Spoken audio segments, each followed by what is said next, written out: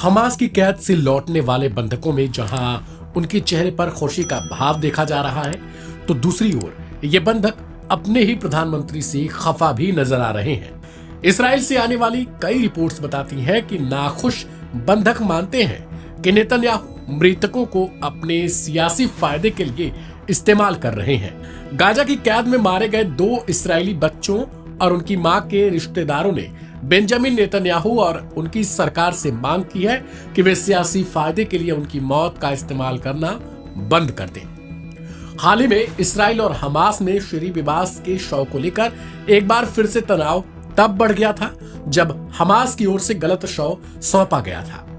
हालांकि हमास ने उसे स्वीकार करते हुए बाद में सही शव इसराइल को दिया। श्री बिबास और उनके बच्चे एरियल और केफीर, जिनकी उम्र तकरीबन 4 साल और 9 महीने थी, उनका अपहरण कर लिया गया था। यह अपहरण हमास के नेतृत्व में 7 अक्टूबर 2023 को इसराइल पर किए गए हमले के दौरान हुआ। श्री के पति यार्डन बिबास की बहन ओफ्री बिबास ने मंगलवार को फेसबुक पोस्ट में नेतन्याहू पर श्री, एरियल और केफीर की मौत के बारे में बार बार लिखा। इसके साथ ही उन्होंने यार्डन परिवार की गोपनीय जानकारी साझा करने के लिए उन पर निशाना भी साधा।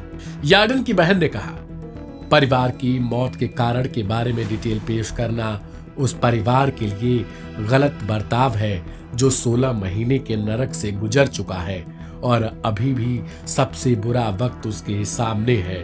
अगर मैं बिबास परिवार की ओर से सभी से एक बात कह सकती हूँ तो वह यह कि चुप रहो।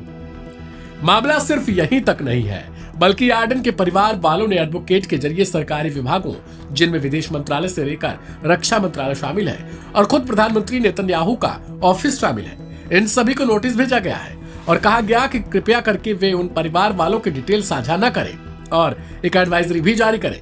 गौरतलब है कि श्री बिबास की मौत को लेकर इसराइल और हमास आमने सामने हो गए थे। हालांकि हमास का कहना था कि मौत इसराइली हमले में गाजा में हुए भीषण बमबारी के दौरान हुई थी। दूसरी ओर गाजा में सीज फायर के बाद लौटी शांति क्या लंबे समय तक टिकी रहेगी, यह वहां के लोगों में सुलगता सवाल है जो उन्हें चैन से जीने नहीं देता।